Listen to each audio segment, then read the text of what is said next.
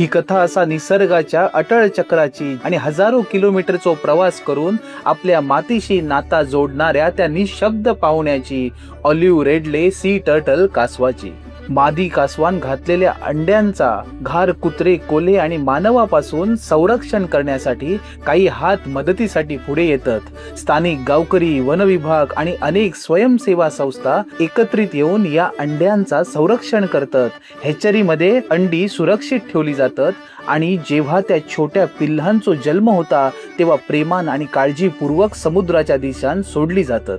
परंतु ही सुंदर प्रक्रिया अविरत चालू राखण्यासाठी आपण काळजी घेणं गरजेचं असा.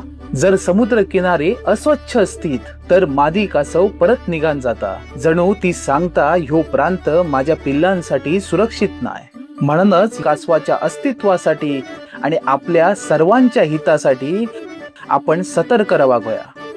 भारतात या कासवांका इजा करणे, पकडणे आणि त्रास देणे ह्यो गंभीर गुन्हो असा. म्हणान जेव्हा तुम्ही कोकणच्या किनाऱ्यावर फिराक येशात आणि तुमका हे कासव दिसतील तेव्हा त्यांका स्पर्श करू नकात, मोबाईलचो किंवा कॅमेऱ्याचो फ्लॅश वापरू नकात आणि महत्वाचा वनविभागाक कळवा.